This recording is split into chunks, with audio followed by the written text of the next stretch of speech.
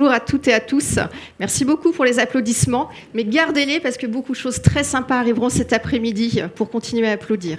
Donc bienvenue à ces journées Erasmus+, enseignement supérieur édition 2024. Je suis Mathilde Bégrand, je vais vous accompagner sur ces 2 jours et puis avec l'ensemble des collègues de l'agence Erasmus+, que vous croiserez pendant ces 2 jours. Nous vous remercions, nous sommes ravis de vous accueillir ici à Bordeaux, puisque vous êtes presque 300 inscrits sur ces 2 jours. Donc merci beaucoup d'être parmi nous. Alors ces journées, elles s'adressent aux acteurs des relations internationales de l'enseignement supérieur français que vous représentez ici.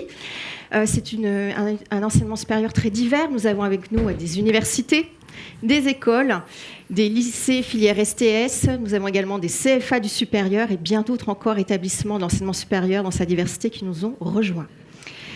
Cette année, nous avons fait le choix de traiter un sujet: comment exprimer le potentiel de vos établissements avec la coopération européenne. Et pour ça, pendant 2 jours, on vous a préparé avec l'ensemble des collègues plusieurs tables rondes ainsi que des ateliers. Des ateliers et des tables rondes dans lesquels des intervenants, des porteurs de projets ont accepté de nous rejoindre pour vous présenter des projets en cours ou terminés, des bonnes pratiques, ce qu'ils ont développé pour vous montrer l'ensemble des possibles et de ce qui est faisable avec les actions clés de coopération entre les organismes. Des projets qui ont permis de développer la qualité des mobilités, les liens entre la formation et la recherche, le lien avec le milieu socio-économique, ainsi que de développer l'innovation pédagogique par le numérique. C'est ce que vous ferez dans les ateliers. Et puis ces 2 journées, c'est aussi une occasion un peu particulière. Ce sont les 20 ans des actions Erasmus Mundus. Erasmus Mundus, les masters Erasmus Mundus, c'est une action qui, depuis 20 ans, a une place à part dans l'ensemble des opportunités Erasmus+. Une place à part parce qu'en fait, elles permettent un soutien unique à la création ainsi qu'à la mise en œuvre de masters internationaux de haute qualité. Puis une place à part aussi parce qu'ils proposent aux étudiants du monde entier des bourses intéressantes pour nous rejoindre. Donc voilà ce qu'on vous propose pendant 2 jours. Et sans plus attendre, on va passer à la première table ronde de cet après-midi. Une table ronde qui a pour sujet Erasmus Mundus, excellence française et héritage pour l'avenir de l'espace européen de l'enseignement supérieur. Et j'invite la modératrice et les intervenants à rejoindre la scène. Merci beaucoup.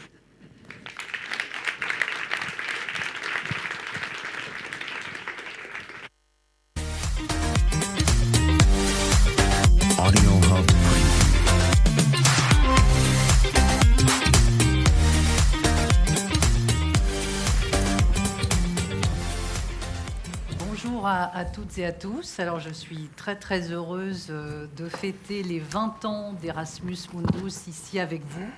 Et puis très bien entourée, puisque je salue Donatien Nissard, qui est donc directrice générale de Campus France, Philippe Ruffio, qui est chef de secteur de l'agence exécutive pour l'éducation et la formation, Sébastien Lafragette, qui est chef du pôle pilotage des opérateurs et des stratégies sectorielles au ministère de l'Europe et des Affaires étrangères, et Manuel Bouard, qu'on ne présente plus, un habitué de nos journées Erasmus+, de l'enseignement supérieur, délégué adjoint pour l'enseignement supérieur à la délégation des affaires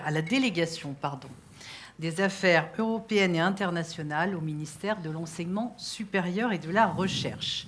Alors, cette première table ronde est un petit peu particulière puisque, justement, nous fêtons les 20 ans d'Erasmus Mundus.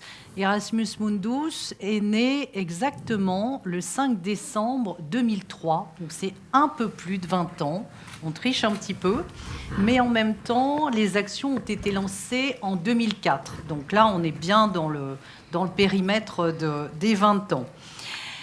Cette action donc s'inscrit totalement pour l'époque dans le contexte du processus de Bologne et des échanges d'étudiants pour des pays non membres de l'Union européenne. Donc c'était bien cette réflexion-là, puisqu'à l'époque, les échanges entre les pays non membres de l'Union européenne en matière de mobilité étudiante étaient très limités. Donc l'idée, c'était de réfléchir à créer une action forte qui puisse faciliter cette mobilité. Et puis, à vrai dire, il y a eu aussi une impulsion politique très forte, impulsion politique et grand soutien du président de la Commission européenne d'alors, Romano Prodi, du commissaire chargé des relations extérieures, Christopher Patten, et bien sûr de Viviane Reding, qui était commissaire pour l'éducation, la culture, et donc qui a également porté et mis en œuvre cette action.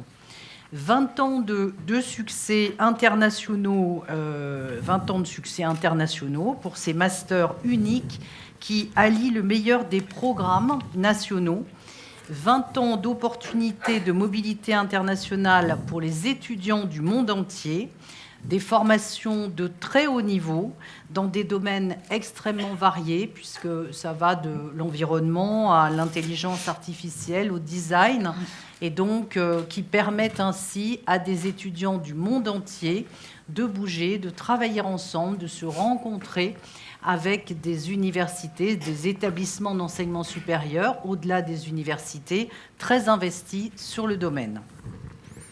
Je vous rappelle, pour celles et ceux qui ne le savent pas encore, les conditions pour les Erasmus Mundus.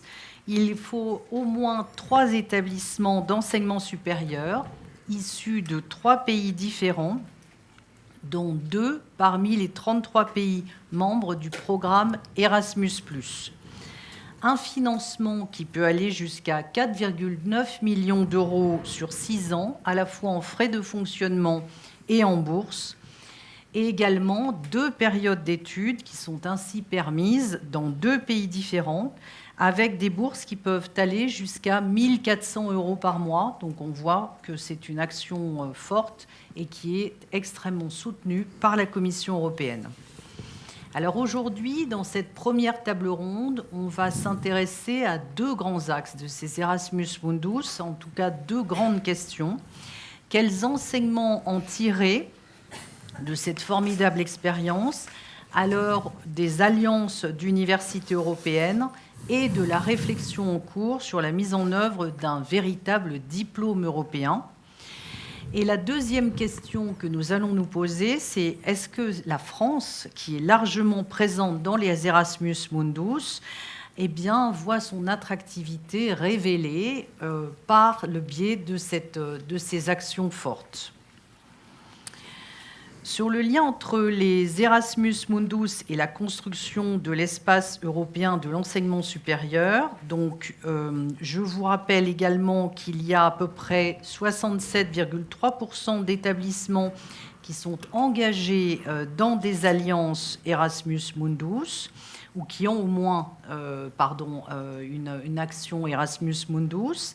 Et donc, ma première question va s'adresser à Manuel Boire et Philippe Ruffiot. Quel retour vous faites, tous les deux, quel retour d'expérience vous faites des Erasmus Mundus? Quels enseignements vous en tirez? Et quelle complémentarité est-ce que vous voyez entre les Erasmus Mundus et les alliances d'universités européennes? Peut-être on va débuter par Manuel. Comment la France soutient-elle la création d'un diplôme européen? Et quels sont les retours d'expérience sur les Erasmus Mundus? Alors, d'abord, en guise de toute première réponse, je voudrais souhaiter un joyeux anniversaire au programme Erasmus Mundus. Et puis, remercier l'agence Erasmus plus France d'organiser ces journées, qui sont, je crois, un temps important d'échange avec les établissements et qui montrent aussi le rôle que joue l'agence dans l'accompagnement du monde académique. Et je pense que c'est très important un jour comme aujourd'hui, parce qu'on est à un moment un peu charnière de la politique européenne en matière d'enseignement supérieur. Vous le savez, la Commission européenne a publié un paquet enseignement supérieur donc le 27 mars dernier, qui a comme objet le renforcement de la coopération transnationale entre les établissements d'enseignement supérieur. Et effectivement, un des objectifs clés de ce paquet, c'est la création, à terme, d'un diplôme conjoint européen qui s'inscrit dans cette dynamique qui a été lancée avec la construction des alliances d'universités européennes. Mais il y a aussi une autre échéance qu'il ne faut pas perdre de vue, et qui est encore plus globale, c'est que nous sommes au début des discussions entre États européens pour la négociation du prochain programme qui succédera à celui que nous connaissons actuellement et qui démarrera donc en 2027 ou en 2028. 28-34. C'est 28, voilà, pardon pour mon imprécision. Donc, il est très clair, pour revenir peut-être au cœur de la question que Nelly a posée, que les coopérations, et notamment Erasmus Mundus, ont beaucoup contribué, je pense, au développement de notre espace européen de l'enseignement supérieur. Alors, comment ? On a des masters et des doctorats conjoints qui sont et qui constituent véritablement, on le voit par le succès qu'ils ont rencontré en France en tout cas, des leviers pour les établissements. D'abord parce que pour un certain nombre d'universités ou d'écoles, les masters et les doctorats Erasmus Mundus ont permis de structurer une politique internationale et de se différencier. Voilà. Je dirais que les établissements les plus dynamiques ont utilisé cet outil pour construire une stratégie à l'international. Et rien qu'en cela, je crois qu'on peut considérer que cet outil est un outil important. Vous l'avez dit, ce sont des diplômes qui sont des diplômes d'excellence, des diplômes très attractifs, avec la volonté généralement des parties prenantes de construire une pédagogie innovante, de développer l'interdisciplinarité. Donc, on retrouve des sujets qui sont aujourd'hui débattus dans le cadre de la construction du futur diplôme conjoint européen. Et puis, les diplômes construits dans ce cadre ont permis un partage de pratiques, une mise en réseau des établissements nécessaires, puisqu'il faut plusieurs partenaires, 3 partenaires au minimum pour construire un master Erasmus Mundus. Et donc, il y a eu le développement d'un travail de réseau et puis des réflexions communes pour développer un accueil dédié aux étudiants internationaux qui s'est constitué à partir de ces initiatives, enfin de l'initiative de la Commission et du fait que les établissements s'en sont saisis.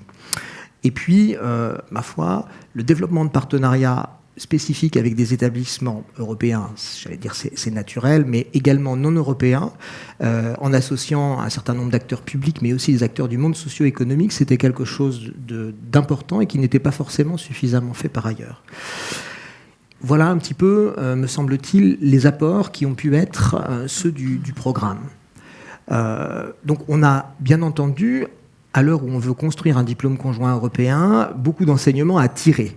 Après, évidemment, il y a une petite distinction entre les deux. J'allais dire qu'on est un peu je parlais de moment charnière. On a besoin, j'allais dire, de passer, de changer d'échelle. L'idée, ce serait, parce que, encore une fois, un programme d'excellence, petits effectifs, et la mobilité touche un certain nombre d'étudiants, non négligeable, mais on aimerait faire plus. Et ça peut être, je crois, l'objet du diplôme conjoint européen que les alliances d'universités pourraient mettre en œuvre.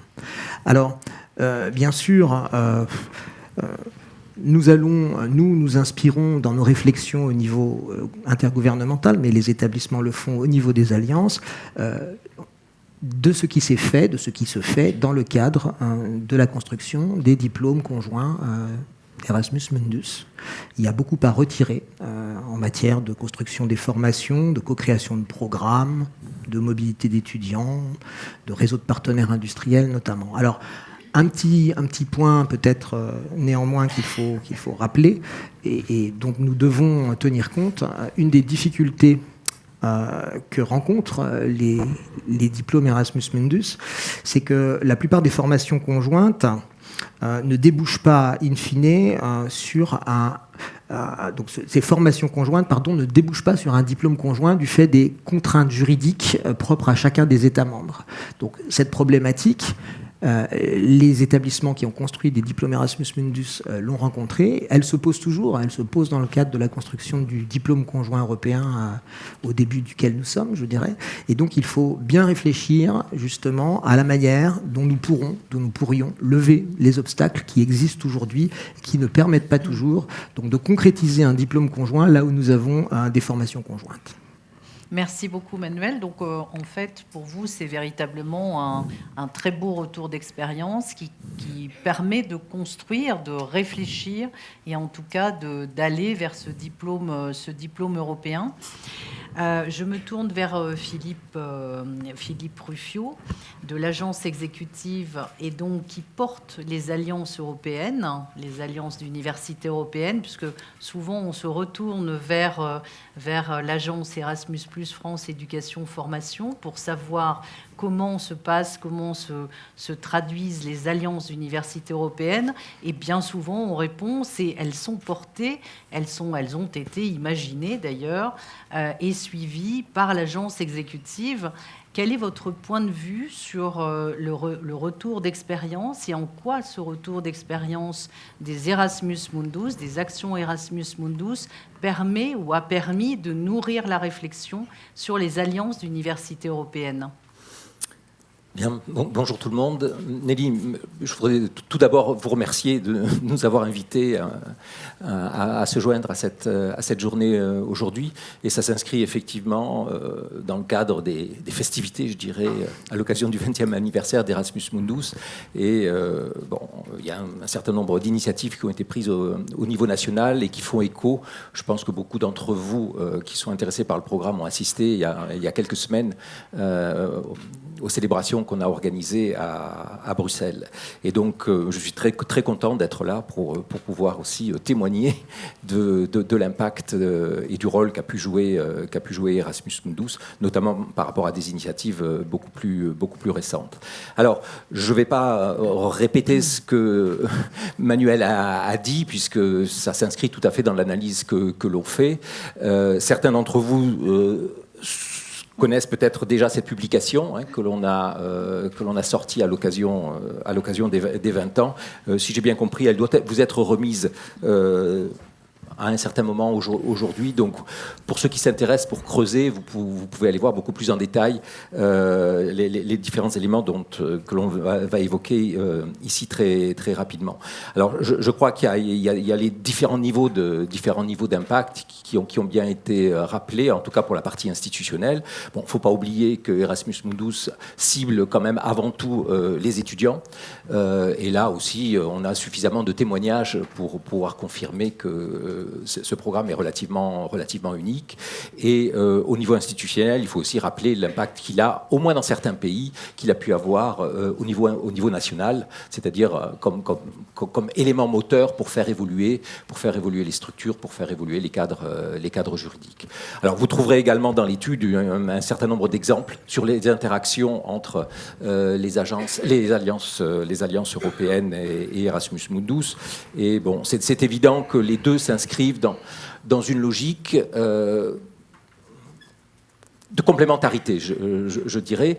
Il faut quand même rappeler que le programme Erasmus Mundus est né dans un contexte où on ne parlait pas des alliances européennes. Bon, c'était quelque chose de particulièrement innovant à l'époque, et que actuellement, ce qu'on observe, c'est qu'effectivement, beaucoup d'alliances s'appuient sur l'expérience qui a été celle d'Erasmus Mundus. Je voudrais quand même, je sais que dans la communauté académique, il y a souvent des inquiétudes sur la concurrence, peut-être l'ambiguïté dans les objectifs, etc. Bon, il faut quand même rappeler qu'on se situe dans le cadre de deux actions qui ont des horizons différents. Erasmus Mundus, on est dans l'instant, dans l'immédiateté, on met en place un programme et on le réalise, alors que l'objectif des alliances européennes, c'est quand même une perspective de moyen terme, de faire évoluer petit à petit la façon dont les établissements sont organisés, sont structurés. Alors bien évidemment, les alliances européennes dépassent largement le cadre des programmes conjoints. L'objectif, c'est de faire beaucoup plus, même si une façon de concrétiser ces alliances sur le terrain, c'est de mettre en place des dynamiques de programmes conjoints.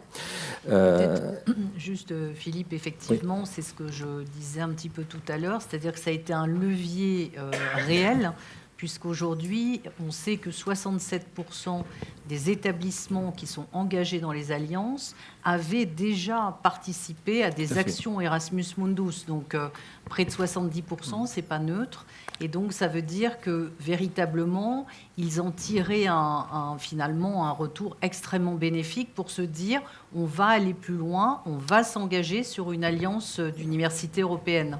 Oui, je crois que c'est tout à fait ça. C'est-à-dire que les acteurs qui font vivre ces alliances universitaires peuvent puiser dans l'expérience d'Erasmus Mundus un certain nombre d'exemples, de bonnes pratiques qu'ils peuvent mettre en œuvre. Mais une fois de plus, ce sont des initiatives qui sont complémentaires. Je crois qu'il ne faut surtout pas les réduire l'une à l'autre à ce qu'elles ne sont pas.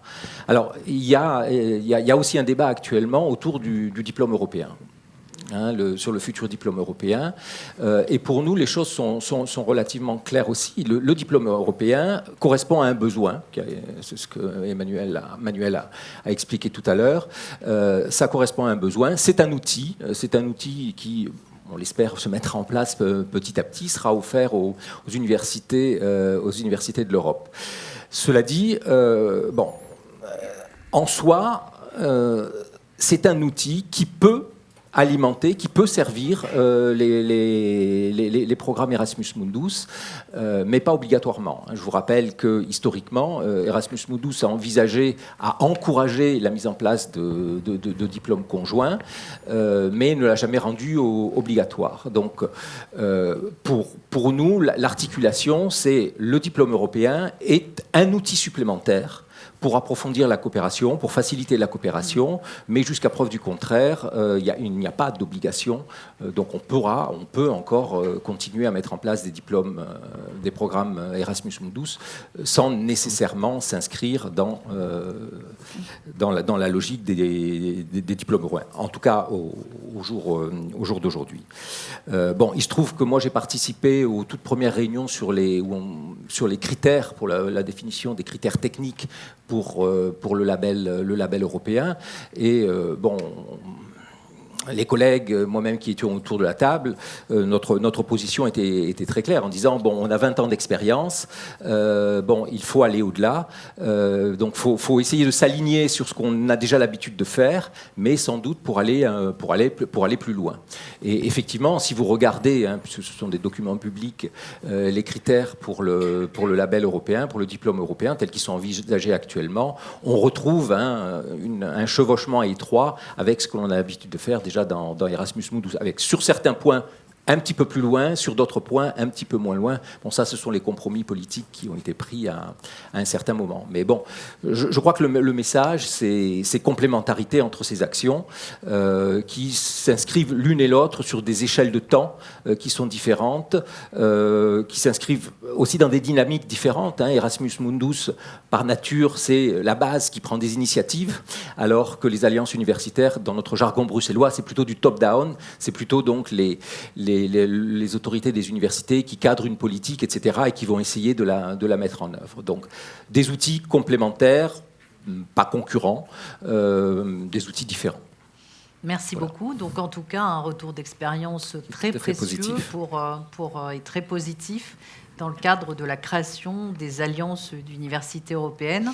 Et même si, effectivement, on n'est pas dans le cadre d'un diplôme européen, ou en tout cas pas encore, ça permet au moins, comme le disait tout à l'heure Manuel, d'y réfléchir quant aux difficultés que peuvent rencontrer, aux difficultés administratives que peuvent rencontrer les différents États pour aller vers ce diplôme européen.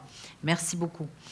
En matière d'attractivité, les Erasmus Mundus donnent un petit peu le vertige, puisqu'on parle de 17 457 étudiants en 20 ans qui ont bénéficié, qui ont choisi la France par le biais des Erasmus Mundus pour venir ici sur le territoire français travailler et étudier. 179 pays qui ont participé à ce programme depuis l'origine, qui a permis de financer 34 197, c'est précis, bourses pour l'ensemble des étudiants. avec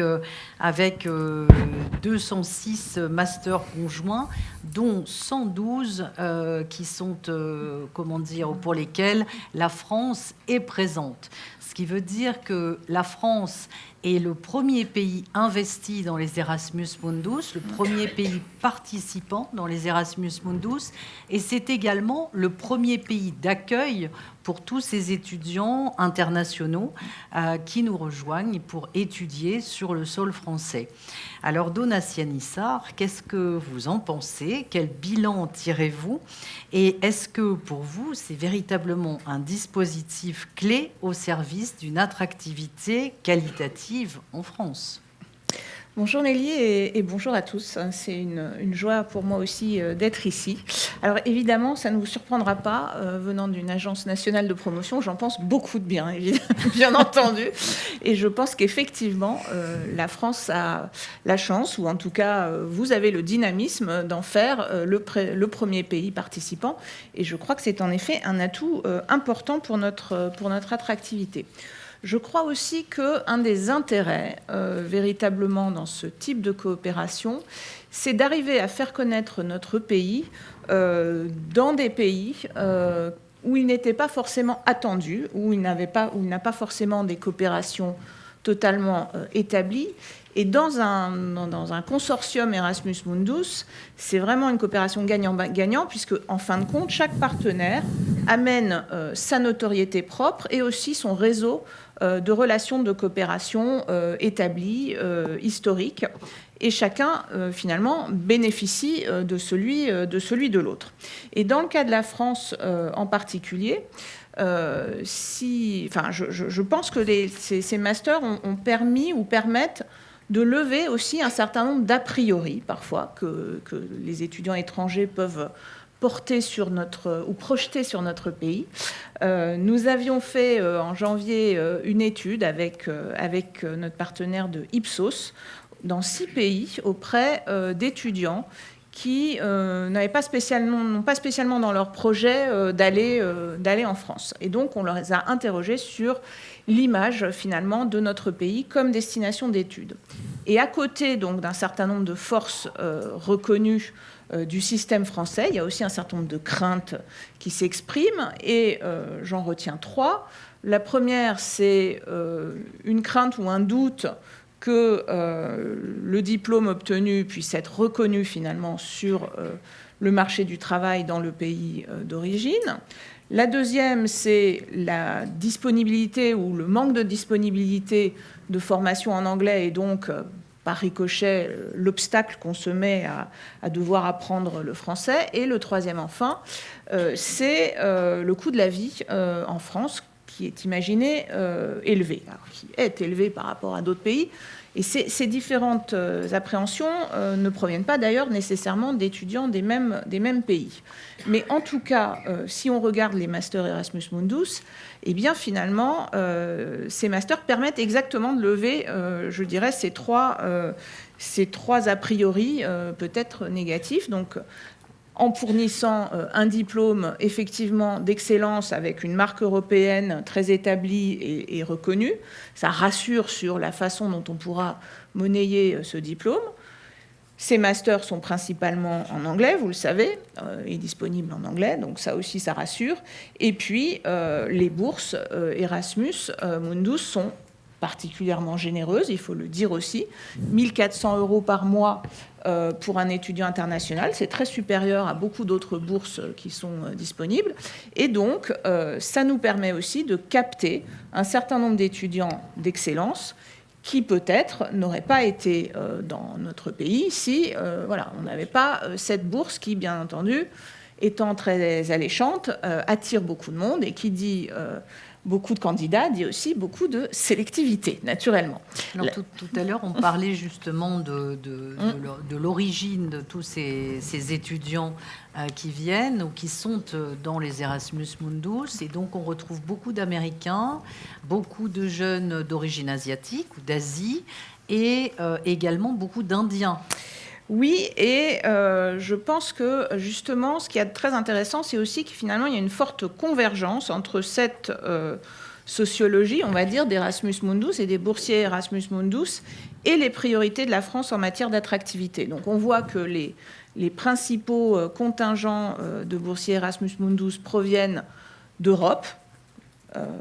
Et de fait, la France veut faire de l'Europe une destination prioritaire et fait de l'Europe une destination prioritaire pour arriver à aller vers une mobilité justement plus qualitative, une attractivité plus qualitative et passer des simples actions de mobilité d'échange dans le cadre Erasmus, on va dire classique, à la mobilité diplômante.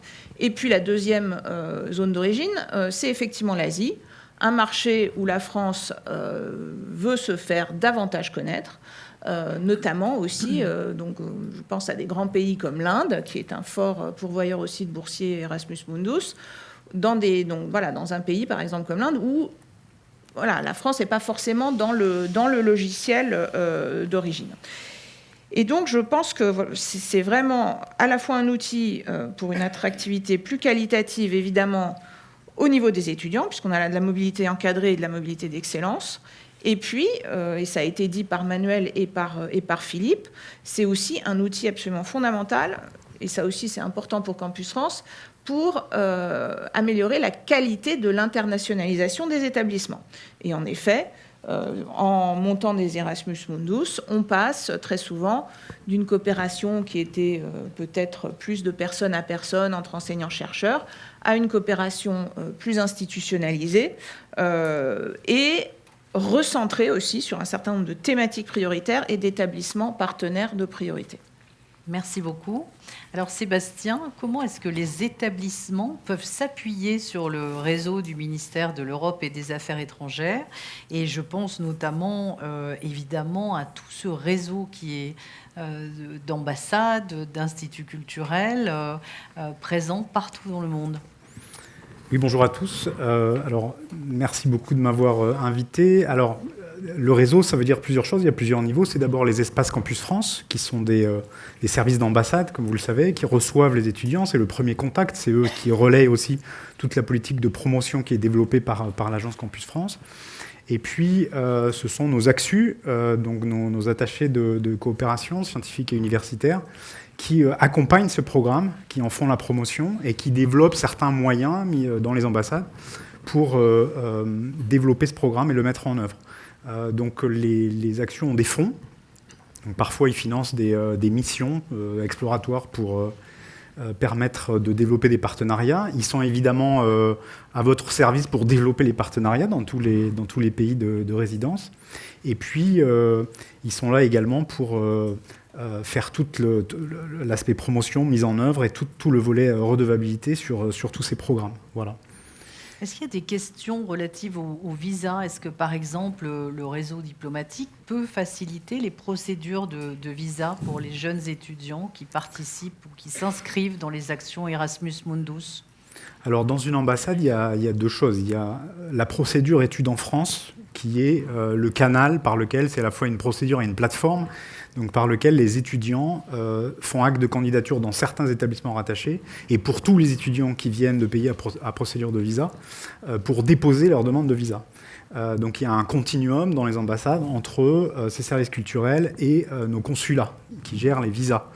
Donc via la procédure études en France, les Erasmus Mundus sont considérés comme un public prioritaire, puisqu'ils ils n'ont pas d'entretien à passer dans les espaces, ils n'ont pas non plus de frais à payer, que ce soit les frais études en France ou les frais de visa. Voilà. Ensuite, il y a un deuxième volet, ou un deuxième étage dans la fusée, c'est... je ne sais pas si vous avez entendu parler du rapport Hermelin qui était remis au gouvernement il y a tout juste un an et qui visait à améliorer la délivrance des visas dans nos postes diplomatiques. Donc, ce rapport a donné lieu à une circulaire du ministère de l'Intérieur et du ministère de l'Europe et des Affaires étrangères qui est datée, c'est assez récent, qui est datée du 16 novembre 2023. Et dans cette circulaire, on identifie un certain nombre de publics cibles et parmi lesquels, nommément, les mobilités européennes. Donc ces publics bénéficient de certaines facilitations dans tous nos postes diplomatiques, c'est à la fois le syndrome du dessus de la pile, donc on doit avoir une approche prioritaire sur ces publics-là. Et puis les postes diplomatiques sont chargés de produire des stratégies d'attractivité qui concernent chacun de ces publics, donc ça concerne aussi les mobilités européennes. Donc on leur demande de nous dire comment ils vont faire pour à la fois améliorer les flux et améliorer la facilitation de la délivrance des visas. Donc ces documents sont en cours de collecte actuellement et donneront lieu donc à une forme de synthèse et de communication sur la mise en œuvre. Voilà. Merci beaucoup. Alors, je reviens vers Philippe, puisqu'il y a quelques jours, quelques semaines, mais plutôt quelques jours, a débuté la réflexion sur le prochain programme 2028-2034. Est-ce qu'on peut d'ores et déjà, ou on sait d'ores et déjà, je vais essayer de lui tirer les verres du nez, ça ne va pas être facile, vous allez m'aider, savoir ce qui se trame et quelles sont les principales conclusions concernant bien sûr le programme Erasmus+, mais bien sûr également concernant les actions Erasmus Mundus. Ah, ça, c'est une question délicate, comme vous pouvez l'imaginer, puisque la Commission européenne en est tout à fait au début, aux prémices de la réflexion concernant le futur. Pour ceux qui ne sont pas familiers, mais on fonctionne par période de 7 ans. Et donc, la période de 7 ans démarrera en 2028. Et donc, oui, il faut s'y prendre quelques années avant. Donc, à ce stade-là, si vous voulez, il n'y a aucune conclusion. On peut certainement pas partager des éléments concrets au niveau technique d'une action comme Erasmus Mundus. Ce que l'on sait, c'est que la réflexion a démarré. La réflexion a démarré à un très haut niveau. Plus sur les cadres généraux, les tendances budgétaires, réflexion sur des principes, je sais pas, comme la simplification, la rationalisation. Les services de la Commission en sont à ce niveau-là.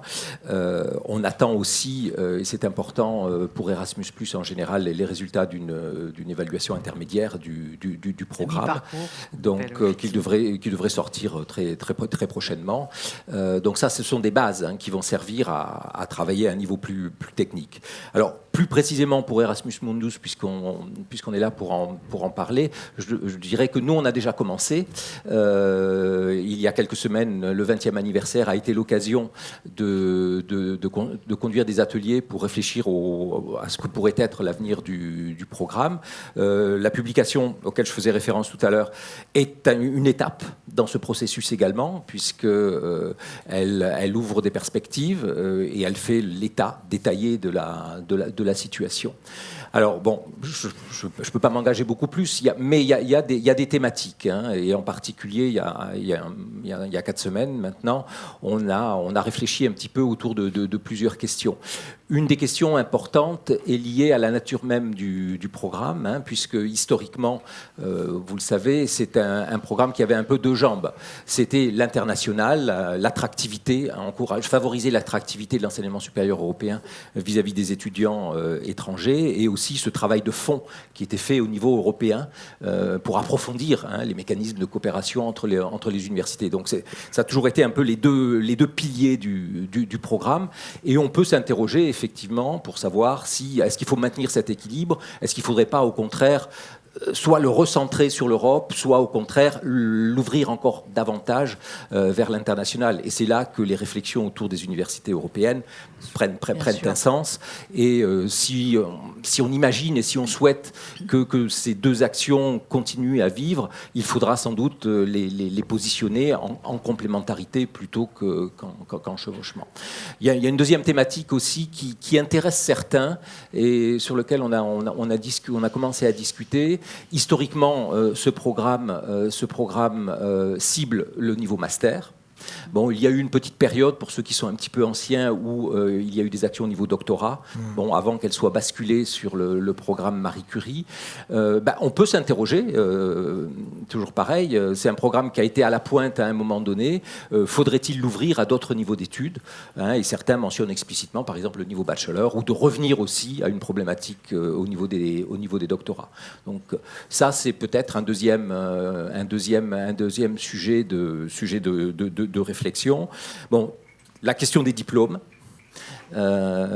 Jusqu'à présent, Erasmus Mundus était relativement flexible, relativement ouvert, avec une sensibilité, un encouragement pour aller vers les diplômes européens, vers un diplôme conjoint, pardon.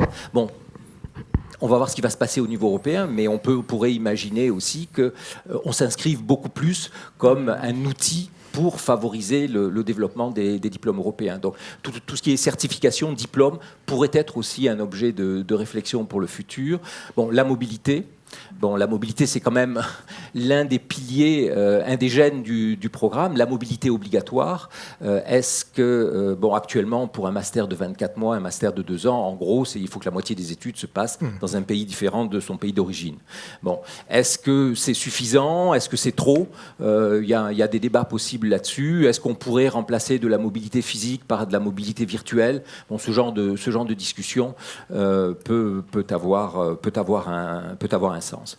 Et puis le dernier, qui n'est pas neutre non plus, c'est la question des moyens financiers, du modèle financier. Bon, ceux qui connaissent le programme savent qu'on a quand même bousculé et assez significativement modifié le modèle financier en 2021 pour simplifier, pour accroître notamment ce que l'on donne aux universités. Bon, on peut imaginer de réouvrir partiellement cette discussion. Donc, je veux dire, au niveau technique, il y a une palette de discussions possibles.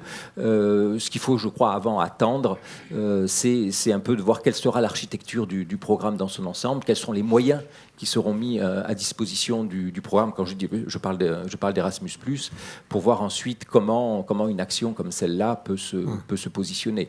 Bon, 20 ans, c'est long à l'échelle d'un programme, mais c'est aussi sans doute le bon moment pour se poser un certain nombre de questions et de savoir comment on le positionne par rapport à un certain nombre d'outils. Je terminerai en disant que pour moi, la vertu de ce programme, ça a quand même été à travers un mécanisme qui était à l'origine un mécanisme de bourse, c'était ça l'idée du départ, et bien d'avoir fait bouger les universités au niveau des institutions. Et c'est relativement remarquable parce que c'était pas annoncé comme ça en tant que tel. Quand le programme a été lancé il y a 20 ans, l'idée c'était de dire on va donner des bourses à des étudiants. Et par ce biais, eh bien, on a encouragé l'ensemble de l'enseignement supérieur européen à se mettre en ordre de bataille pour approfondir sa coopération. Alors maintenant, on a de nouveaux outils, en particulier les universités européennes. Donc il va falloir vraisemblablement repositionner un petit peu tout ça. Et on va voir ce qui va en sortir dans les années qui viennent. Donc, quelle articulation, quelle complémentarité? Est-ce que l'un peut nourrir l'autre? Ouais. Tout à fait. Merci beaucoup. Alors, nous arrivons au terme de cette table ronde. Je vais laisser la parole en 2 mots à chacun des participants, chacun des intervenants, pour qu'ils nous disent peut-être le souhait pour ces 20 ans, puisqu'un anniversaire, c'est un souhait, et on l'espère pour les 20 prochaines années. Donatienne, si tu devais faire un souhait ou émettre un vœu pour les Erasmus Mundus pour ces prochaines années. Alors, 20 ans de plus, bien sûr, mais j'ai un petit appel aussi à faire aux établissements pour revenir sur la question des visas.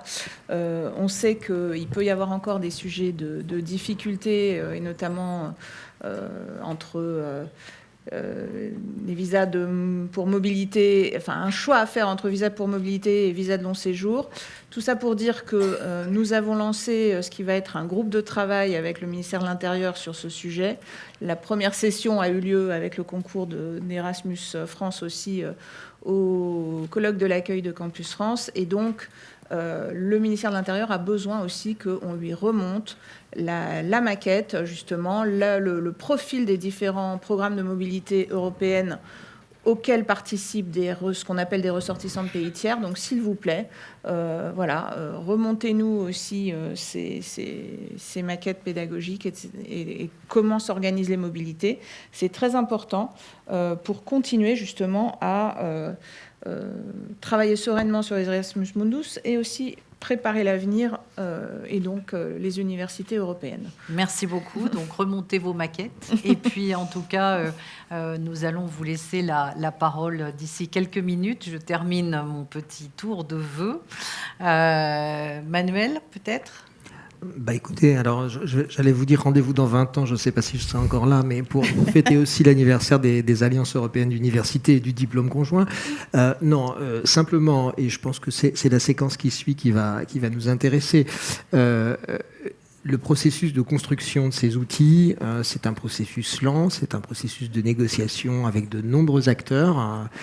L'Union européenne, c'est un très bel outil, mais c'est un outil qui construit du consensus. Pour construire du consensus, il faut du temps. Et donc, nous sommes au début de nos réflexions sur le diplôme conjoint, l'évolution des alliances européennes d'université. Et donc, les questions que vous avez à poser, les inquiétudes que vous pouvez avoir, j'allais dire, vont nous alimenter et nous aideront à travailler dans les mois et dans les années qui viennent. Et donc, à nouveau, je voudrais rendre hommage à Erasmus+ France pour organiser d'ailleurs chaque année ces journées qui sont un temps d'échange important pour chacun d'entre nous. Merci beaucoup. Sébastien, un message ou un vœu pour Erasmus Mundus ? Vu du ministère auquel j'appartiens, c'est un programme essentiel qui nous permet de faire quelque chose qu'on essaye de faire un peu plus dans les postes diplomatiques, c'est éviter le silo entre les mobilités et le partenariat. Les mobilités et la diplomatie scientifique, c'est souvent des gens séparés qui gèrent ça. Et Erasmus Mundus, il nous permet de marier les deux. Donc c'est quelque chose qui est précurseur, qui nous montre la voie, qui est modélisateur, pas que pour les universités, pour tous nos collègues aussi dans les postes. Philippe, l'agence exécutive. Comme tout le monde, moi je suis un passionné d'Erasmus Mundus, donc je souhaite effectivement que cet outil puisse continuer à s'épanouir. Je crois qu'il a un rôle à jouer. Il faut peut-être, comme je le suggérais tout à l'heure, le repositionner un petit peu, mais je crois qu'il est irremplaçable. Et comme il y a beaucoup d'acteurs ici, de représentants des universités, moi je crois énormément à la dynamique du bottom-up.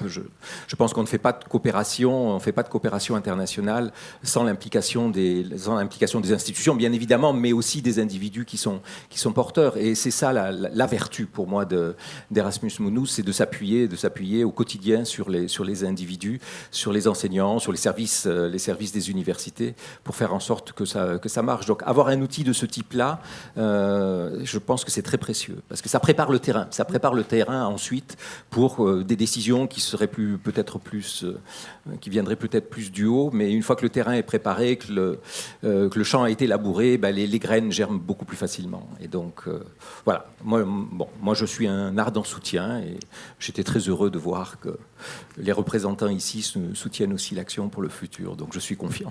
Merci. Donc, la transition est toute trouvée avec la salle, puisque vous êtes là. Vous avez sans doute beaucoup de questions à poser.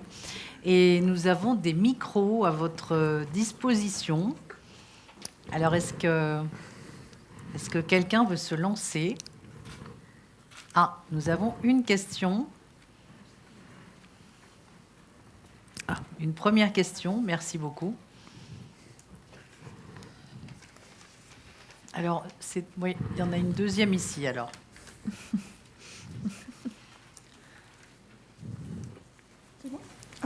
Oui, bonjour. J'ai effectivement une question. En ce qui concerne le programme Erasmus Mundus, il y a 2 volets. Donc, il y a le volet des programmes conjoints. Excusez-moi. Il y a un volet qui concerne la préparation, une mesure préparatoire pour préparer les nouveaux. Et je voudrais savoir, avec la venue probable du diplôme européen, est-ce que le deuxième volet va être transformé ? Quel est l'avenir de ce deuxième volet des mesures préparatoires? Est-ce que ça va être plus articulé vers une mesure qui va vers une aide, puisqu'on peut le lire ainsi dans le blueprint, le package que vous avez. Alors je pense que la question des mesures que vous avez s'adresse à préparées, est-ce que ça Philippe. va aller dans ce sens-là? Est-ce qu'il va plus aller vers le futur, aider à développer des futurs diplômes européens? Merci beaucoup. Donc la question s'adresse à Philippe, mais je crois que c'est ce qu'il disait tout à l'heure. C'est toute cette réflexion sur l'articulation entre 2, voire 3 dispositifs. Tout à fait, tout à fait. Bon, c'est un peu prématuré. Je pense que dans le très court terme, il n'y a pas d'inquiétude à avoir sur l'avenir des mesures préparatoires, hein, les designs majeurs. Faut voir comment le consensus et les arbitrages vont se dérouler. Je pense qu'il n'y a pas nécessairement d'inquiétude à avoir. Je vous rappelle que cette action d'accompagnement premièrement, elle n'a jamais été conçue nécessairement pour être définitive. Hein.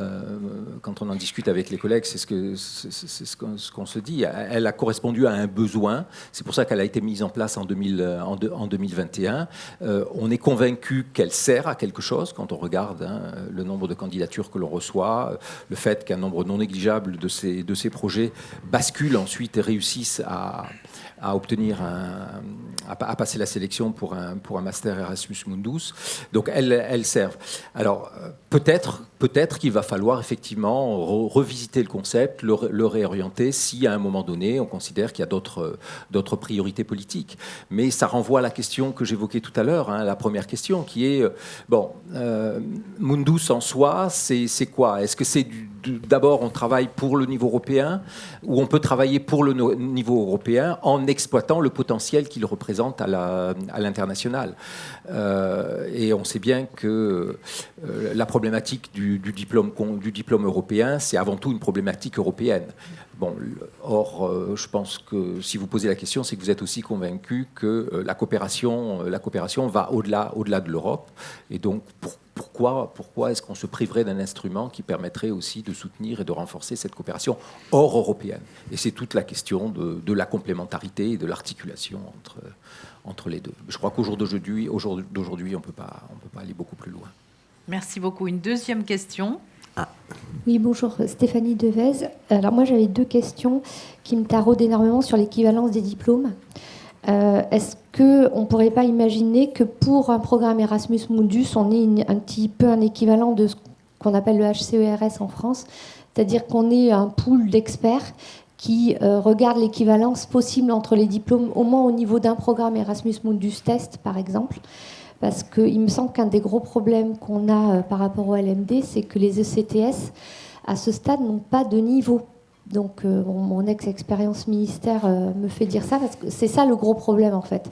Il vient de là. C'est qu'en fait, les 180 ECTS ou les 240 qu'ont des étudiants à la fin de leur master n'ont pas réellement de niveau. Donc, est-ce que ce ne serait pas intéressant d'expérimenter que dans votre agence exécutive, par exemple, Monsieur Ruffio, on ait un pool d'experts qui puissent dire que dans tel Erasmus Mundus, le diplôme qui est délivré à la fin, conjoint, est équivalent dans tous les pays de cet Erasmus Mundus-là. Voilà, c'est une question très pratique. Merci. Merci beaucoup. Donc Manuel va se lancer, bien que ce soit une question un peu technique. Alors on va. Merci Stéphanie pour cette question particulièrement épineuse, à laquelle bien sûr je n'aurai pas de réponse très claire. Sinon que effectivement, cette question de l'évaluation et de l'assurance qualité, c'est une question qui se pose. Alors actuellement et d'ores et déjà pour Erasmus Mundus, mais qui se pose aussi dans le cadre de la construction du diplôme conjoint.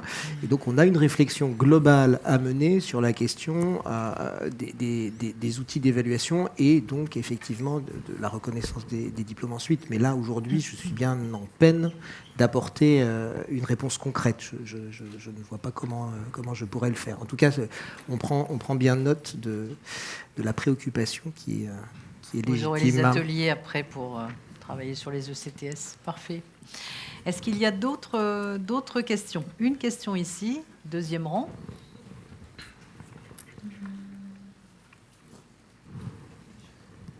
Ah, je ne vois pas le micro.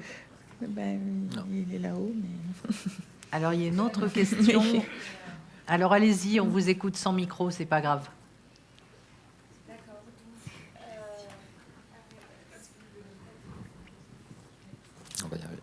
Alors, avec micro, c'est mieux. Donc, merci. Donc, Marine Godot, directrice des relations internationales et européennes d'AgroParisTech. Moi, j'avais une question à poser sur la notion de durabilité des masters, parce que c'est quand même un sujet important pour ces Erasmus Mundus. Le programme dure depuis 20 ans, mais la question, c'est comment on arrive à faire vivre ces masters sur le long terme, sachant qu'un des points forts de leur attractivité, on en a parlé, c'était ces bourses. Et on voit qu'il y a beaucoup de programmes, et c'est bien qu'ils peuvent être renouvelés 1 fois, 2 fois, 3 fois. Mais peut-être qu'il y a une question à avoir sur quel modèle on crée pour maintenir cet équilibre entre attractivité, c'est-à-dire maintenir un certain nombre de bourses, tout en aidant à aller vers la durabilité. Donc, et là, on voit qu'il n'y a qu'un seul modèle d'Erasmus Mundus qui existe à l'heure actuelle, il n'y a qu'un seul Impel, et on ne différencie pas forcément un programme qui applique pour la première fois d'un programme qui en est déjà à son 2e ou 3e renouvellement. Donc, est-ce que c'est fait partie des réflexions qu'il y a à l'heure actuelle, justement, de l'idée, c'est pas de dire, là, on vous finance à fond, et puis là, plus rien du jour au lendemain, parce que ça, c'est complètement contre-productif, en tout cas pour la durabilité. Mais c'est trouver un peu un équilibre entre ces deux enjeux de durabilité et d'attractivité. Voilà. Sur la durabilité. Oui. C'est une question pour moi, je pense. On revient à Philippe.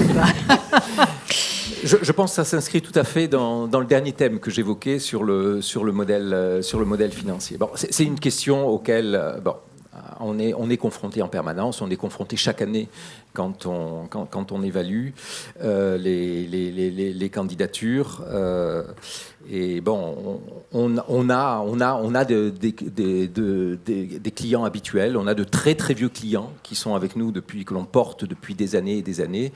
Et régulièrement, on a des remarques, y compris de nos hiérarchies, pour dire mais bon, c'est quand même pas normal, ils devraient tendre vers l'indépendance.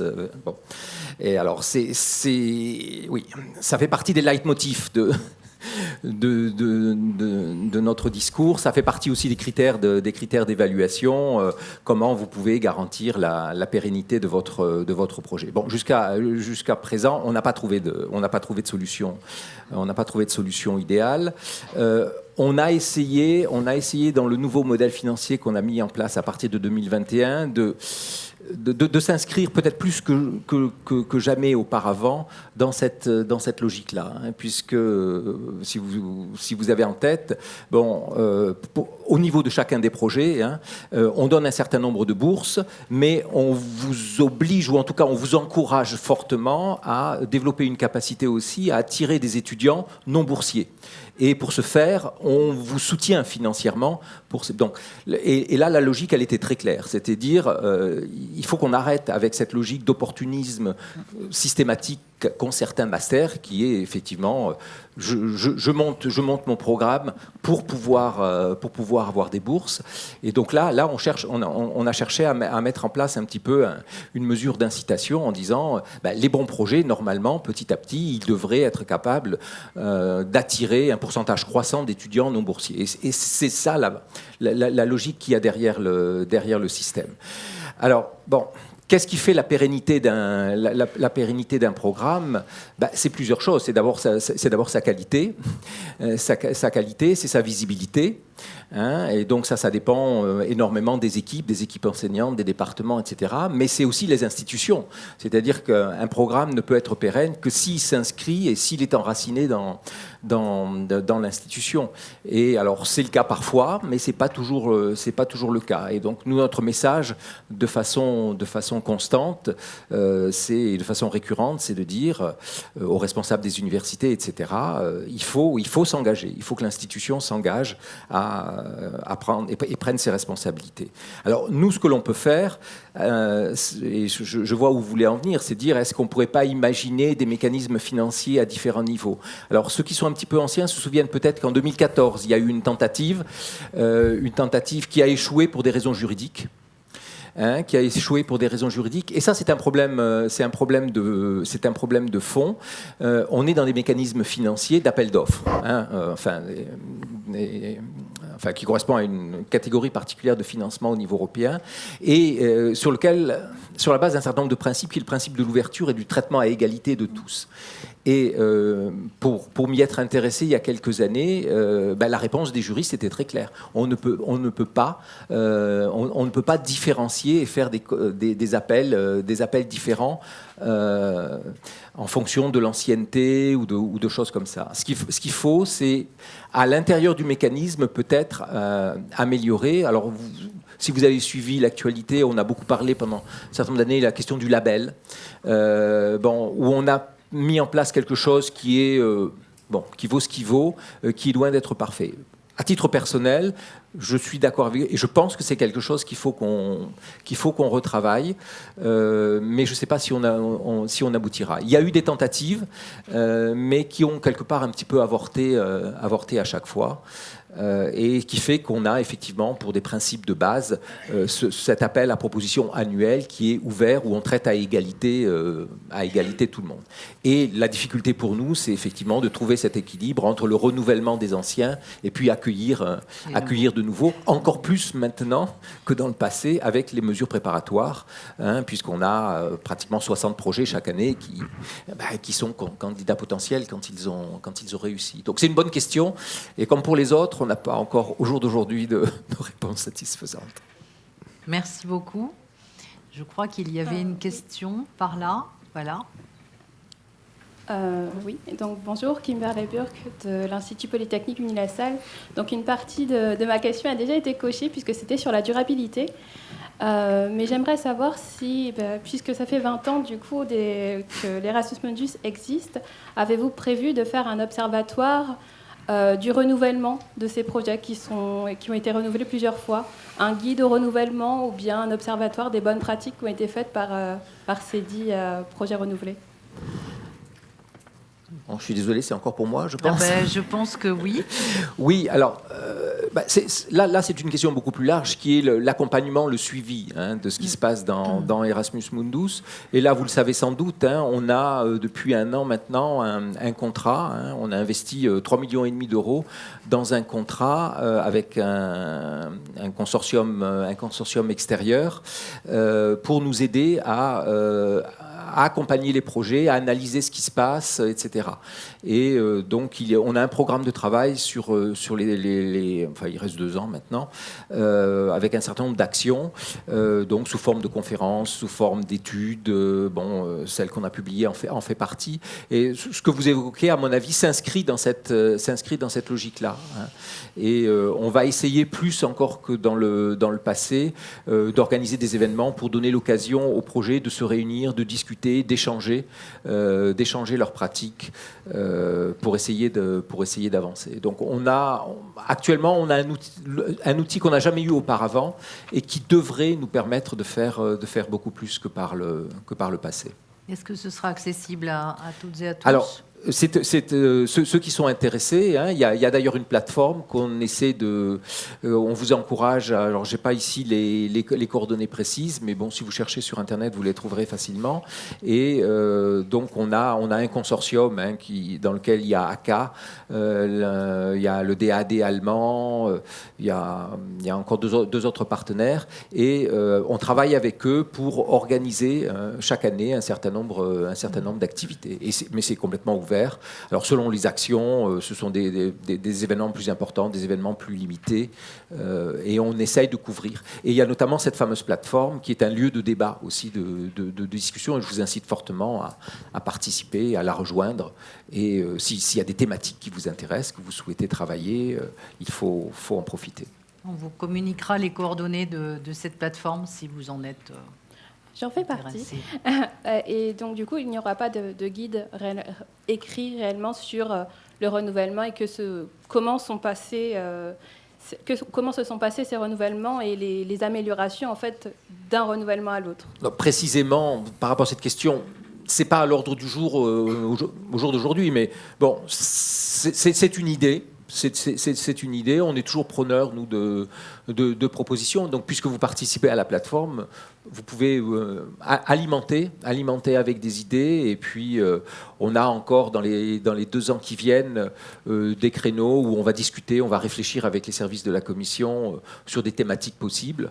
Et bon, c'en est une tout à fait légitime. On pourrait l'envisager. Merci.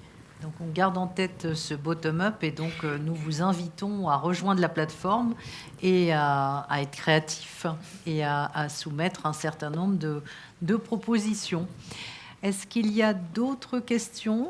Alors une toute dernière question, puisque après je vais laisser la parole à Mathilde pour la suite de l'après-midi. Merci et bonjour, EM Normandie Business School, Laurence Boiteux. En fait, j'ai une question qui rejoint un petit peu les deux précédentes et qui concerne la volumétrie et les critères, les principaux critères de sélection sur les projets Mundus. Ou autrement dit, si vous aviez des conseils pour les écoles qui souhaitent s'engager sur ce type de projet en termes de candidature, lesquels seraient-ils? Merci. Alors, oui, alors nous avons aussi la capacité de vous accompagner à l'agence Erasmus+ France Éducation Formation. Donc Mathilde en parlera tout à l'heure, mais nous avons des équipes dédiées pour accompagner bien sûr les porteurs de projets, ceux qui souhaitent s'engager sur cette dimension des Erasmus Mundus. Donc peut-être qu'avant de saisir l'agence exécutive, on peut peut-être déjà regarder ce que vous avez envie, ce que vous projetez et bien sûr nous répondre à vos questions. C'est aussi l'objectif des ateliers de cet après-midi.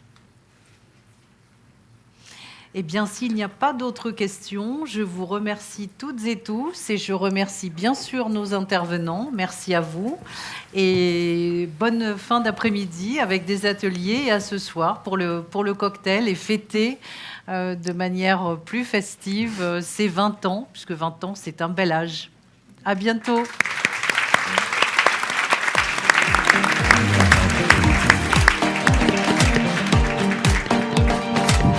Alors,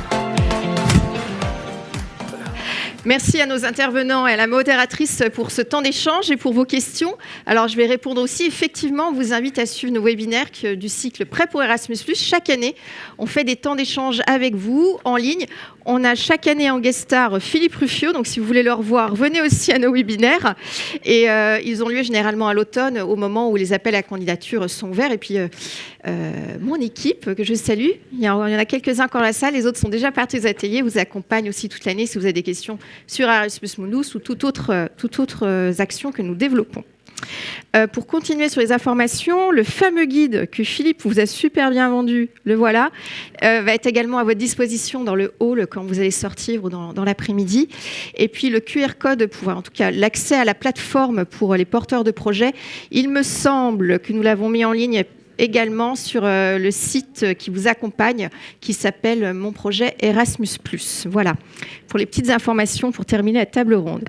Pour continuer cet après-midi, on vous invite à rejoindre votre atelier. Les ateliers sont complets, donc merci de bien rejoindre les ateliers qui sont indiqués sur votre badge.